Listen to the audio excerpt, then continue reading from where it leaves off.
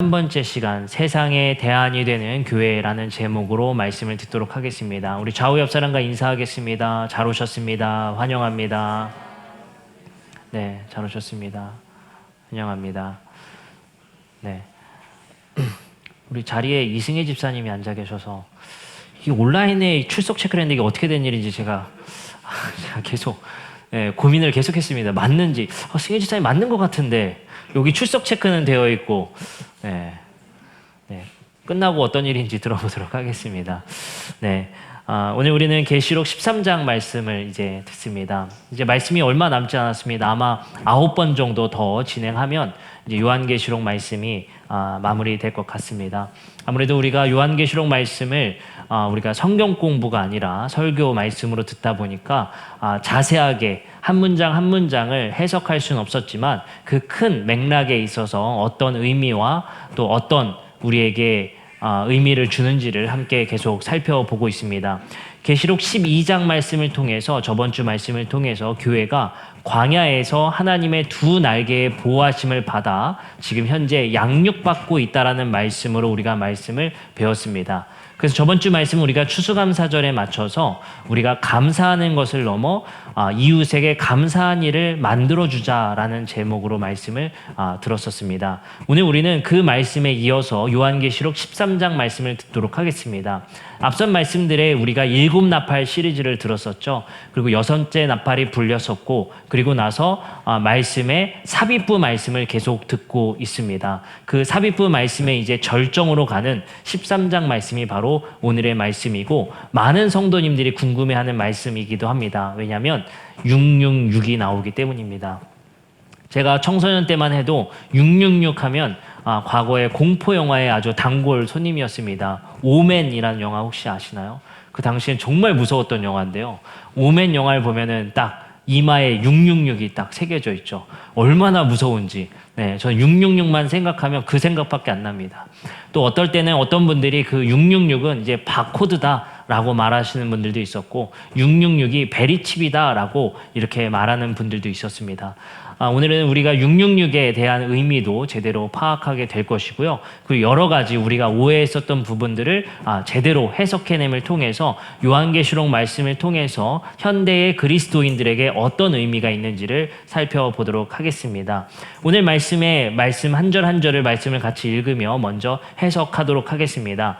13장 말씀 1절부터 보도록 하겠습니다. 내가 보니 바다에서 한 짐승이 나오는데 뿔이 10이요 머리가 7이라. 여기서 바다에서 한 짐승이 나온다는 것은요, 앞선 12장의 말씀에서 광야에서 양육받던 그리스도인들이 바로 그 짐승과 대치하고 있음으로 끝나게 됩니다. 바로 그 바다에 지금 한 짐승이 이어서 이야기되고 있는 것입니다. 그 한 짐승이 나오는데요. 그 짐승의 정체는 뿔이 10을 달고 있고요. 머리가 7개라고 합니다. 그 뿔에는 10왕관이 있고 그 머리들에는 신성모독하는 이름들이 써 있다고 합니다.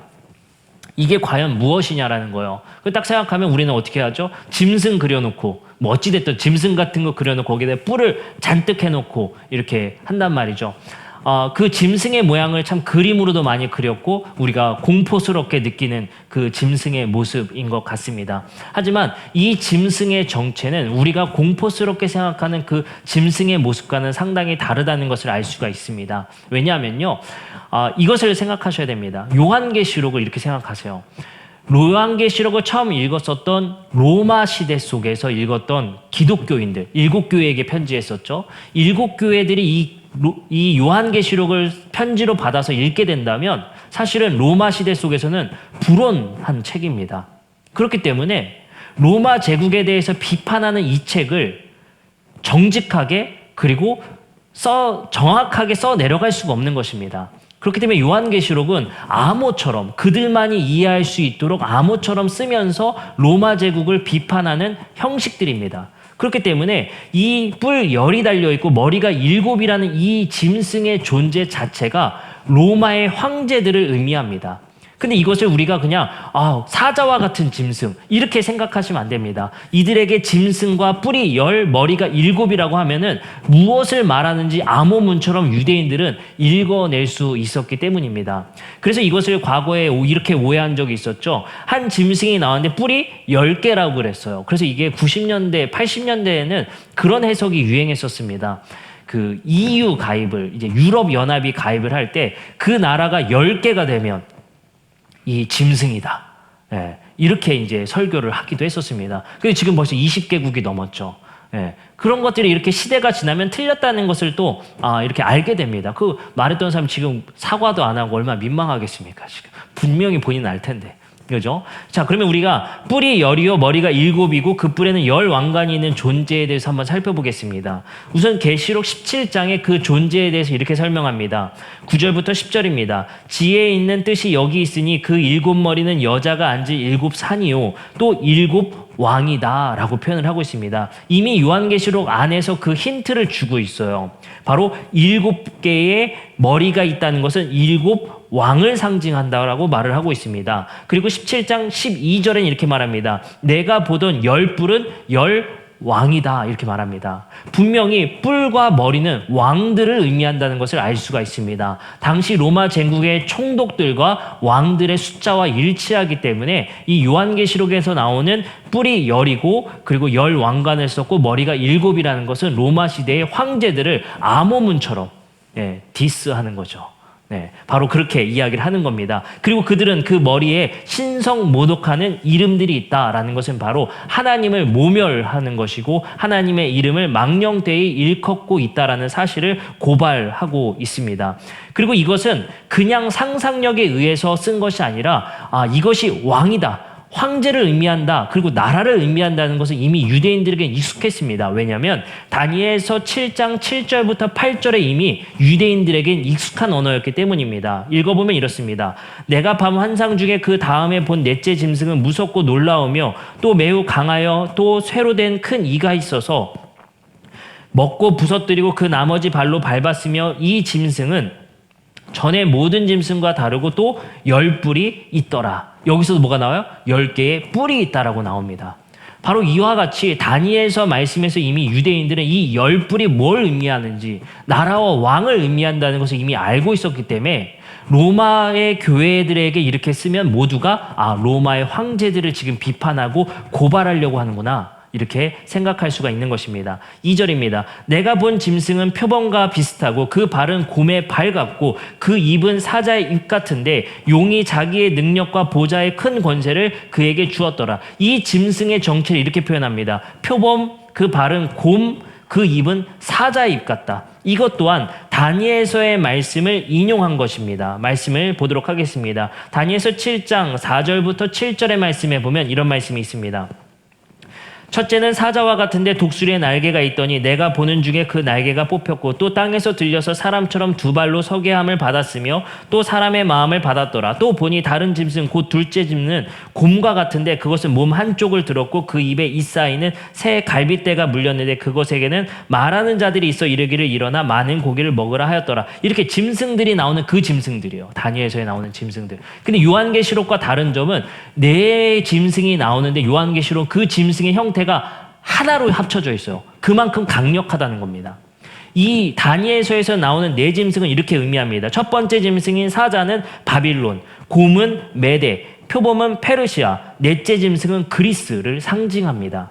그와 같이 이 짐승들을 말함을 통해서 다니엘서도 그 당시에 그 고대의 근동에 이스라엘을 둘러싸고 있었던 강대국을 비판하며 고발하는 문서이기 때문에 그것을 이렇게 암호와 같이 은유적으로 이렇게 표현을 하게 됩니다. 그렇기 때문에 요한계시록도 내 동료들인 유대인들은 곰이 뭐고 사자가 뭐고 독수리가 뭔 줄 알기 때문에 이것을 합쳐서 말하면 지금 시대의 가장 강력한 나라 로마인 줄 분명히 알 거야.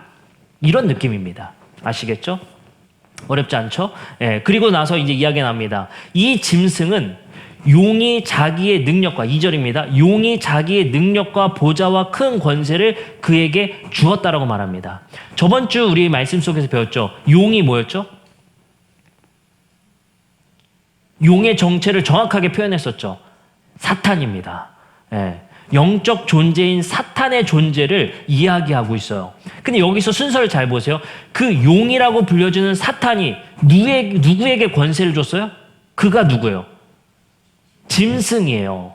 짐승은 로마의 황제와 로마 제국을 의미하는데 로마 제국은 곧 그 권세를 누구로부터 받은 거예요? 사탄으로부터 그 권세를 받아서 이렇게 폭력적인 나라가 되었다는 것입니다. 그러면 정확하게 말하면요, 로마 제국이라는 그 나라를 고발하는 동시에 그 배후에 있는 사탄이라는 영적인 존재, 그 근원에 대해서 고발하고 그리고 일곱 교회에게 그것을 알리고 있는 편지라는 사실을 알 수 있습니다. 그렇기 때문에 궁극적으로는 이 편지를 통해서 우리가 대적해야 될 것은 지금 제도와 사회제도에 대해서 강력하게 대항할 때 그 제도 뒤편에는 분명히 하나님을 대항하는 문화 안에는 사탄이 있다는 것.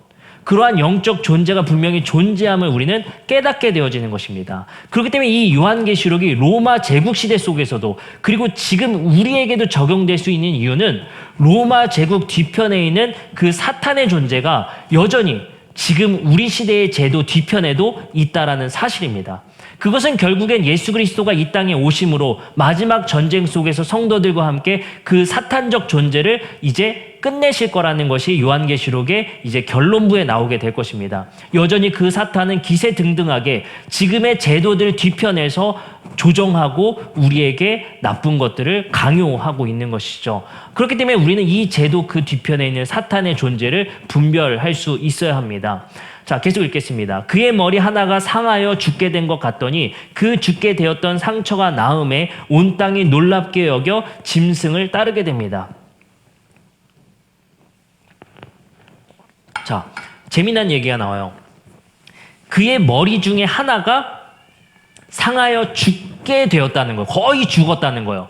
거의 죽었는데 살아나서 그 상처가 나와 온 땅이 놀랍게 여겨 그 짐승을 더 강력하게 따랐다고 합니다. 근데 요한계시록 13장 14절 말씀에 읽으면 이런 말씀도 있어요. 짐승 앞에서 받은 바 이적을 행함으로 땅에 거하는 자들을 미혹하며 땅에 거하는 자들에게 이르기를 칼에 상하였다가 살아난 짐승을 위하여 우상을 만들라 하더라. 이렇게 나와요. 그러니까 우리는 이걸 이해할 수가 없는 거예요. 왜냐하면 어떤 머리 하나가 상하여 죽게 되었다라는 이야기가 그 당시엔 있었거든요. 근데 우리는 이 이야기를 잘 몰라요. 예. 다시 말씀드리면 로마의 황제가 어떤 치명적인 상처를 입어서 죽게 되었다는 역사적 스토리가 여기에 맞물려 있는 겁니다. 그것을 읽었었던 사람들은 그 역사 속에 살고 있기 때문에 아하면 어하는 식으로 알았을 거예요. 근데 이것이 도대체 우리에게는 무슨 의미인지를 이해하기가 너무 어렵습니다. 어떤 사건인지를 또 우리가 추적하기가 너무 어려운 거예요. 근데 가장 가능성 높은 것을 제안하면 아마도 네로의 시대의 네로 황제 이야기가 이 이야기와 결합된 것이 아닌가라고 생각을 합니다. 왜냐면요, 네로 황제는 주둔군을 반란시켜서 로마 제국의 안전을 위험에 빠뜨릴 것을 염려해서 공의회의 많은 원로들이 네로 황제를 죽이게 됩니다. 그리고 쫓아내게 돼요. 근데 많은 로마의 제국의 사람들의 시민들에게 어떤 전설이 있었냐면요, 네로 황제가 죽지 않고 살아서 다른 나라로 도망갔다라는 생각을 하고 있었어요. 그래서 그 네로 황제가 그 군대를 이끌고 다시 로마 제국을 정복할 거라는 어떤 전설이 있었단 말이죠. 그거와 맞물려서 이 이야기를 쓴 것이 아닌가라는 것입니다. 그래서 거의 상하여 죽게 되었던 그 황제가 돌아와 로마 제국을 정벌하고 새로운 황제로서 더 강력해질 거라는 전설 속에 쓰인 이야기가 아닐까라는 것이 대부분의 학자들의 이야기입니다. 계속 이어서 말하겠습니다. 4절입니다. 용이 짐승에게 권세를 주어 용에게 경배하며 짐승에게 경배하여 이르되 누가 이 짐승과 같으냐 누가 능히 이와 더불어 싸우리요 하더라. 또 짐승이 이 과정되고 신성 모독으로 말하는 입을 받고 또 42달 동안 일할 권세를 받으니라. 자, 여기서 중요한 포인트가 있습니다. 5절에 신성 모독을 말하는 입을 받았고 또 42달 동안 일할 권세를 받았다. 이 받았다라는 것은 동사의 형태인데 주어가 없습니다. 누구로부터 받았다가 없어요. 그렇기 때문에 이것을 우리는 보통 신적 수동태라고 말하는데 이렇게 쓰인 이유가 있습니다. 왜냐하면 헬라어로 읽으면 이 문장 자체가 성립이 안 돼요. 그냥 동사만 있기 때문에. 그렇기 때문에 이것은 하나의 암호의 문자와 같습니다. 왜냐하면요, 이렇게 쓰는 순간 그 사람들은 알 수 있었어요. 그 사람들에게 권세가 있고 그리고 신성 모독을 말하는 것을 받았는데 그것은 하나님으로부터 받은 권세구나라는 걸 알 수 있어요. 왜냐하면 이것은 그 사람들에겐 암호 문장과 같았지만 하나님으로부터 통제된 상황 속에서 우리를 핍박하는구나. 하나님 안에서 통제된 상태에서 우리에게 고난을 주고 이러한 일들을 하는구나를 알 수가 있습니다. 왜냐하면 하나님이 이들의 이렇게 하는 일들을 하나님이 못 막아서가 아니라 내버려 두셨다는 거예요. 그렇기 때문에 하나님 안에서 역사하는 일들로 이들은 이해할 수 있습니다. 그리고 계속 읽습니다. 8절입니다. 죽임을 당한 어린 양의 생명책의 창세 이후로 이름이 기록되지 못하고 이 땅에 사는 자들은 다 그 짐승에게 경배하게 됩니다. 이것은 아마도 그 짐승을 경배한다는 건 뭐겠어요? 황제 숭배를 강요했다는 것이겠죠. 누구든지 귀가 있거든 들을지어다. 사로잡힌 자는 사로잡혀갈 것이요 칼에 죽을 자는 마땅히 칼에 죽을 것이니 성도들의 인내와 믿음이 여기 있느니라. 여기서 여러분들 혹시 밑줄 칠 수 있으면 밑줄 쳤으면 좋겠습니다. 성도들의 인내와 믿음이 여기 있다는 것입니다. 성도들의 인내와 믿음이 뭐겠습니까? 바로 황제 숭배를 거부하고 예수님이 우리의 황제 되시며 주 되시다는 인내와 믿음을 소유하라는 것입니다. 계속 이어집니다. 내가 봄에 또 다른 짐승이 땅에서 올라오니 두 번째 짐승이 등장하게 됩니다. 이 두 번째 짐승이 무엇이냐는 것은 계시록 19장 20절에 이 두 번째 짐승이 나옵니다. 두 번째 짐승은요, 20절에 이렇게 말합니다. 짐승이 잡히고 그 앞에서 표적을 행하던 거짓 선지자도 함께 잡혔으니 바로 그 황제 숭배를 강요하는 선지자들, 거짓 선지자들입니다. 제사장들, 그 황제 숭배터에 있었던 제사장들을 말할 것입니다. 12절, 그가 먼저 나온 짐승의 모든 권세를 그 앞에서 행하고 땅과 땅에 사는 자들은 처음 짐승에게 경배하니 곧 죽게 되었던 상처가 나은 자니라. 큰 이적을 행하되 심지어 사람들 앞에서 불이 하늘로부터 땅에서 내려오게 하고 짐승 앞에서 받은 바 이적을 행함으로 땅에 거하는 자들을 미혹하며 땅에 거하는 자들에게 이르기를 칼에 상하였다가 살아난 짐승을 위하여 우상을 만들라 하더라. 그가 권세를 받아 그 짐승의 우상에게 생기를 주어 그 짐승의 우상으로 말하게 하고 또 짐승의 우상에게 경배하지 아니하는 자는 몇이든지 다 죽이게 하더라. 바로 초대 교회의 그리스도인들이 이러므로 많은 순교가 있었다는 것입니다. 16절입니다. 여기서도 오늘 본문의 하이라이트죠. 그가 모든 자, 곧 작은 자나 큰 자나 부자나 가난한 자나 자유인이나 종들에게 그 오른손에나 이마에 표를 받게 했다는 거예요.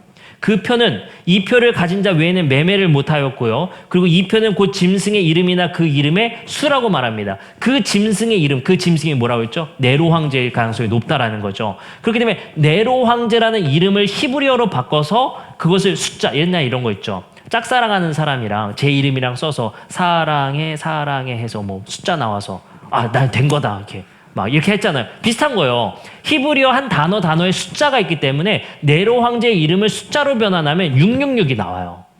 그렇기 때문에 그 황제의 이름에 666을 박으면 그 네로 황제의 이름인 겁니다. 그래서 네로 황제의 정체성을 가지고 있었던 사람들을 고발하고 있는 거예요. 배교자들이 많았겠죠. 그리스도인들 중에서도 보세요. 17절. 누구든지 이 표를 소유하지 못하면, 666의 표를 소유하지 못하면, 다시 말해 황제에게 숭배하고 황제에게 절하여서 받은 표, 그 표를 소유하지 못하면 뭘 못해요? 매매를 못하게 했어요. 상거래가 안 되므로 고립을 시키는 겁니다. 그것이 로마 시대의 정책이었어요. 그러면 그리스도인들은 둘 중에 하나의 선택이에요.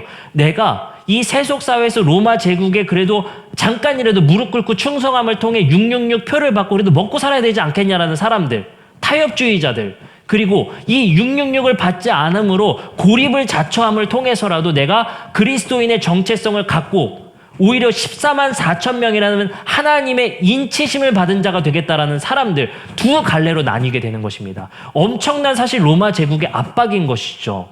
자, 계속 읽습니다. 18절. 지혜가 여기 있으니 총명한 자는 그 짐승의 수를 세어봐라.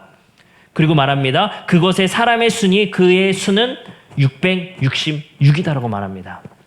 그래서 16절에 보면 작은 자, 큰 자, 부자, 가난한 자, 자유인, 종 모두가 그 오른손에 이마나 표를 이 666의 표를 받게 되었다는 것입니다. 그래서 이 요한계시록 이렇게 고발하는 거예요. 하나님의 오른손에 껴있던 그 도장을 이마에 받은 자들이냐 아니면 로마 황제에게 충성해서 666의 표를 받은 자냐 이 두 가지가 지금 격돌하고 있는 겁니다. 그러면서 우리에게 묻는 거예요.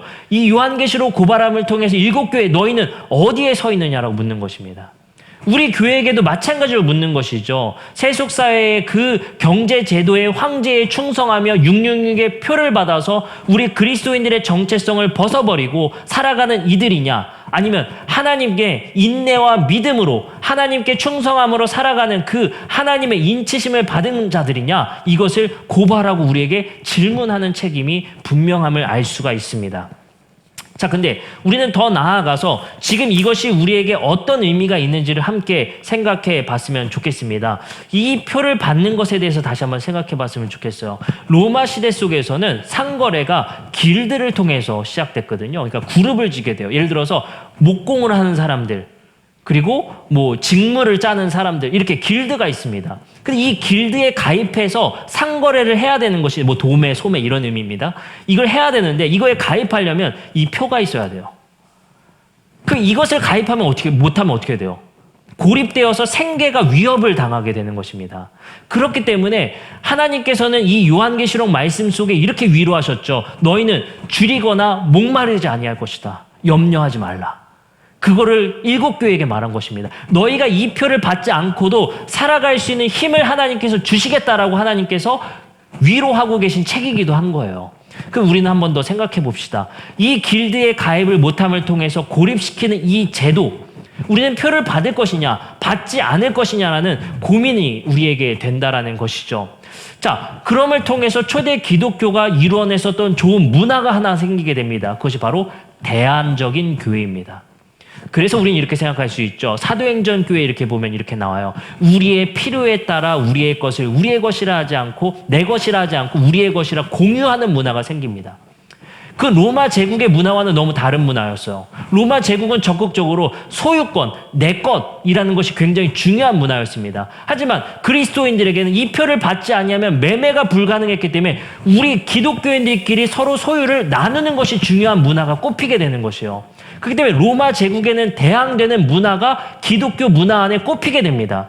그것이 바로 기독교 안에 너무 좋았던 문화들이 초대 기독교 안에 등장하게 되는 것이 사도행전 말씀에 등장하게 되는 것이에요. 그렇기 때문에 우리가 서로의 필요한 것을 상거래를 외부화하진 못하지만 우리 내부적으로 그 상거래를 이룰 수 있다는 것이 말씀을 통해 이루어지게 됩니다.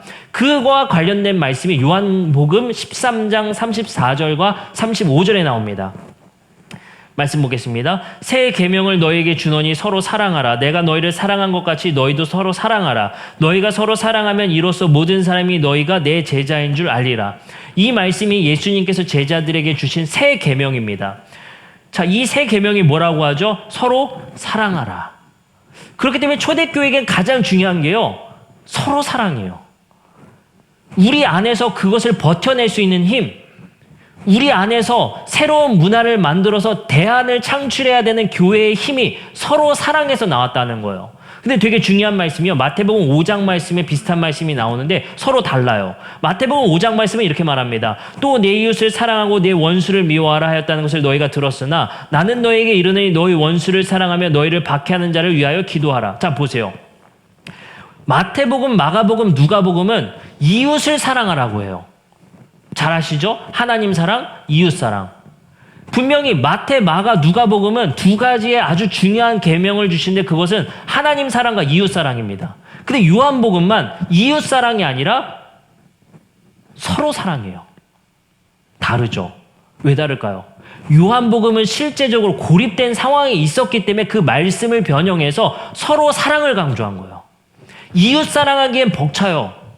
근데 보세요. 마태복음 5장 말씀에 보면 이렇게 말한다고 했죠. 또 내 이웃을 사랑하고 내 원수를 미워하라 하였던 것을 너희가 들었으나 나는 너희에게 이르니 너희 원수를 사랑하라. 너희를 박해하는 자를 위하여 기도하라. 여러분들 보세요. 요한계시록은 어땠습니까? 철저하게 대항하라. 뭐 기도하란 말 없습니다. 그 문화에 속하지 마라. 그들은 심판받을 자들이다. 근데 마태복음 예수님의 말씀은 어땠어요? 원수를 사랑하라. 박해하는 자를 위하여 기도하라. 너무 다른 거예요. 어떻게 하라는 겁니까, 그러면? 어떤 말씀을 택해서 우리가 살아야 된다는 거예요. 그렇죠? 요한계시록 분명히 그 원수 같은 것들에게 불심판 내린다는데 여기서 원수를 사랑하래요. 참 어려운 겁니다. 근데 보시면 우리는 이 말씀을 이해할 때 그렇기 때문에 문맥적으로 상황적으로 이해해야 됨을 알 수가 있다는 거예요. 요한복음 말씀을 다시 한번 보면 서로 사랑을 강조했다고 말씀드렸습니다. 그것은 그 상황적으로 로마 제국의 이웃을 사랑하기가 어려운 시대였기 때문에 그래요. 왜요? 우리가 고립되고 있기 때문에. 이웃을 사랑하기 어려운 그 고난과 핍박 속에 있었기 때문에 우리 사랑을 더 강조하게 됩니다. 그러나 마태복음은 그러한 핍박 상황이 아니었기 때문에 외부인들에 대한 사랑을 더 강조하는 거예요. 그렇기 때문에 성경 말씀을 적용할 때는 이 말씀을 율법처럼 원수 사랑, 이웃 사랑, 서로 사랑을 적용하는 것이 아니라 지금 시대는 우리 기독교가 어떤 상황에 처해 있는가를 이해하고 어떤 말씀을 적용해야 될 것을 이해해야 된다는 거예요. 또 말씀을 한번 보겠습니다. 로마서 13장 1절이에요. 이건 로마 교회에게 쓴 편지죠. 이렇게 말합니다. 각 사람은 위에 있는 권세들에게 복종하라. 권세는 하나님으로부터 나지 않음이 없나니 모든 권세는 다 하나님께서 정하신 바라. 어떻게 하라는 겁니까? 로마서는 로마 교회에게 보낸 편지인데 똑같은 편지인데 이 편지는 어떻게 하래요? 위에 있는 권세에게 복종하래요. 요한계시록은 어때요? 저항하래요. 어떻게 해야 됩니까? 바울이 이 로마서를 쓸 때는 핍박 시대가 아니었기 때문에 그랬던 거예요. 근데 이것을 우리가 율법처럼 박아놓고 어느 시대의 교회 속에나 똑같이 적용된다 이렇게 되면 어떻게 됩니까? 어떤 정권에 어떻게 충성해야 되느냐. 그렇기 때문에 모 대통령이 탄핵당할 때도 이 말씀을 끌어와서 하나님께서 세우신 그래도 대통령인데 우리가 탄핵할 수 없다 이렇게 말씀을 적용하게 되는 거예요. 도대체 이 말씀은 어디에 어떤 시대에 적용해야 될 것인가 고민되게 되는 거예요. 아시겠죠? 서로 사랑이냐 이웃 사랑이냐 서로 사랑이냐 원수 사랑이냐 위의 권세에 복종하냐 저항하냐. 그렇기 때문에 지금 교회가 처해 있는 현실과 지금 시대의 상황을 이해하는 게 중요하단 말이에요. 말씀은 철저하게 그 상황 속에서 우리에게 어떻게 할 것인가를 지금 설계하고 있고 가르침을 하고 있다는 것입니다. 자, 그런 면에서 우리가 지금 시대 속에서 그러면 어떻게 이해해야 될 것인가를 한 번 더 고민해 봤으면 좋겠습니다. 자, 아까 표를 받지 못한 사람들은 매매를 할 수 없다고 그랬어요. 고립되어졌다고 했죠. 그러나 지금의 한국 기독교는 어땠습니까? 세속사회에서 결코 고립되어지지 않아 있어요.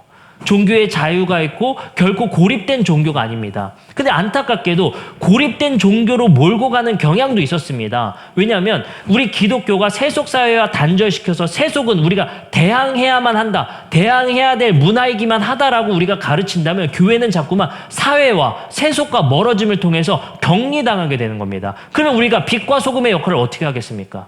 사람들과 만나지 않고 그 자리에 가지 않으면 이 교회가 어떻게 주님께서 말씀하신 역할을 하고 사명을 감당할 수가 있겠습니까? 교회에만 모이기만 힘쓴다면 우리가 세상 사람들과 만나지 않는다면 그 문화 안으로 들어가지 않는다면 어떻게 복음을 전하고 어떻게 우리가 그 삶을 그곳에서 살아낼 수 있겠습니까?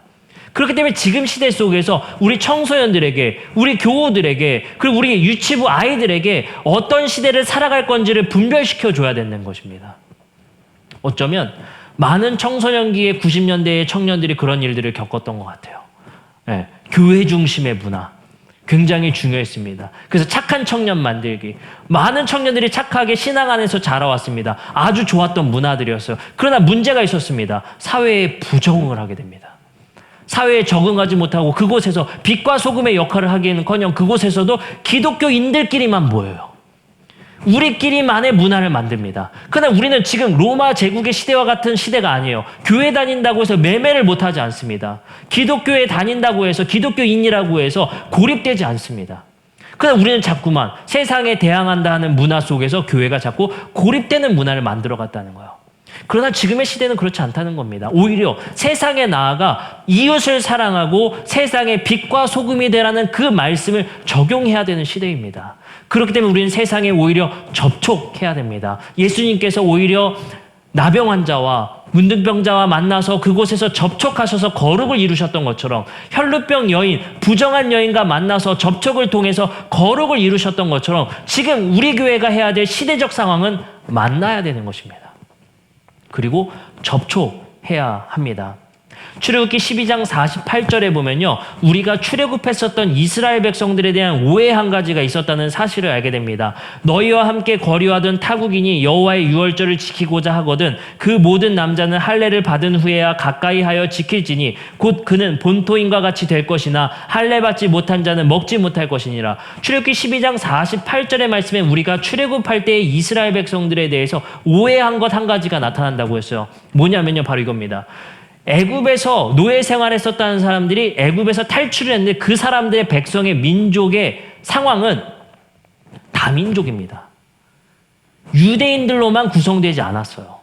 다시 말하면 너희와 함께 거류하는 타국인이 많이 속해 있었습니다. 이집트 사람도 있었고요. 이스라엘 민족 말고도 포로로 잡혀왔던 사람들이 다민족, 다문화가 섞여 있었다는 사실이에요. 그것을 성경에서는 증언하고 있고 말하고 있다는 사실입니다. 그와 관련해서 우리가 생각해 봐야 될 것은 무엇입니까? 광야에서의 훈련은 어쩌면 서로 다른 민족이 서로 다른 생각을 가진 사람들이 하나 되기 위해서 애쓰는 것.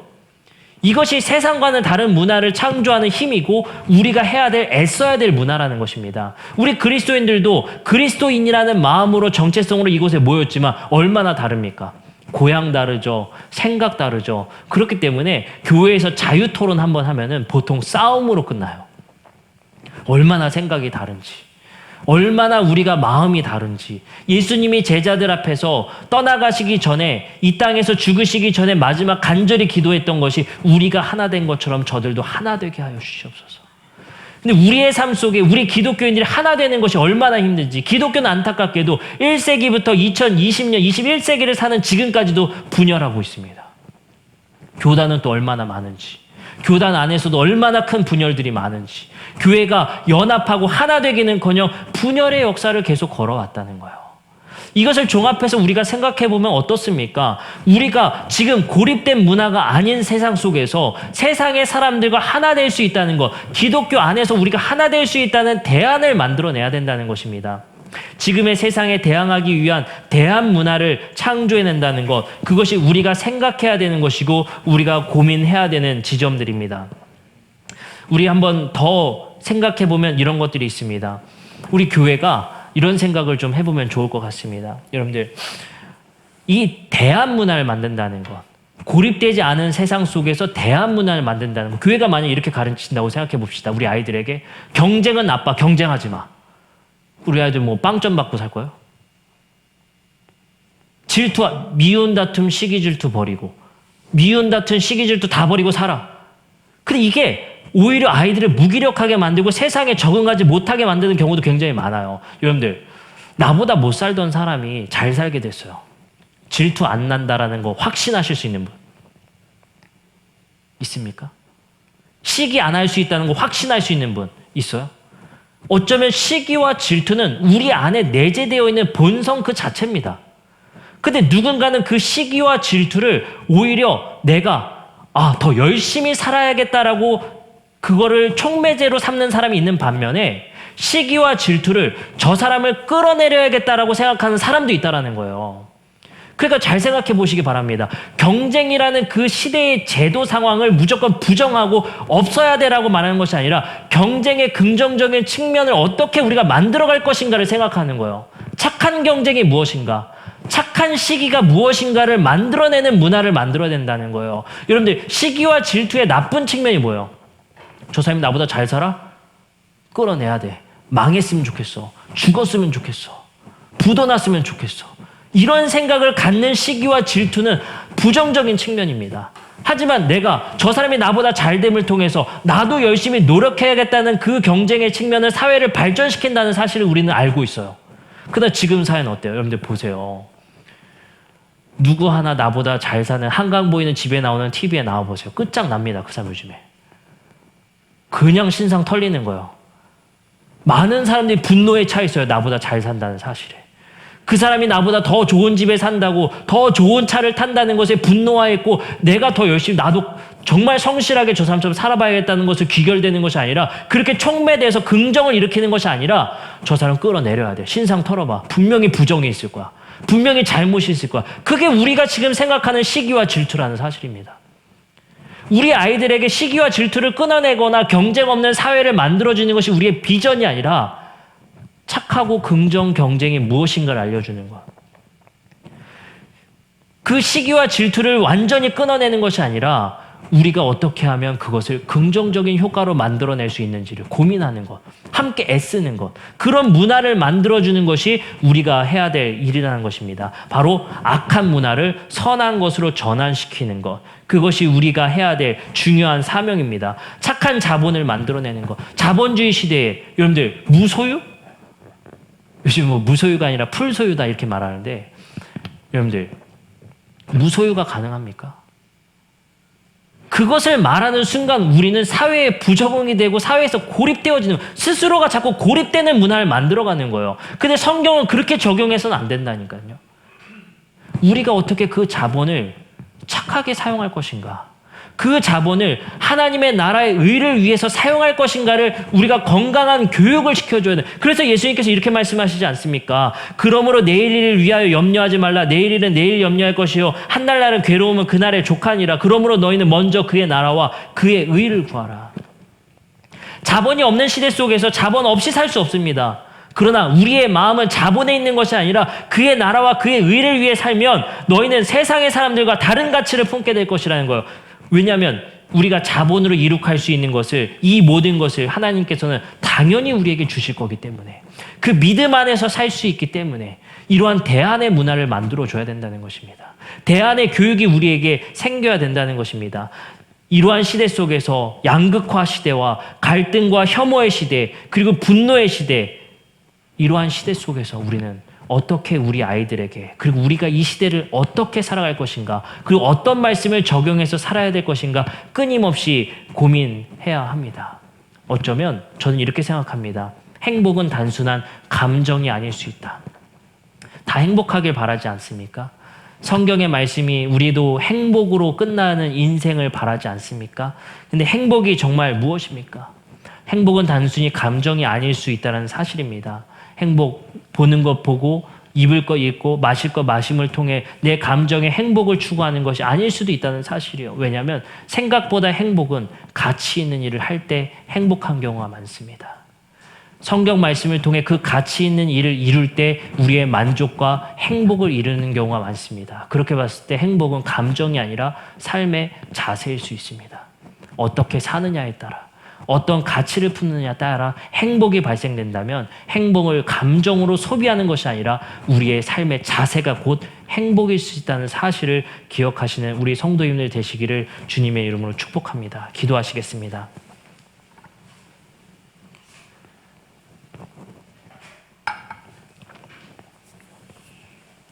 사랑과 은혜가 많으신 하나님 감사합니다.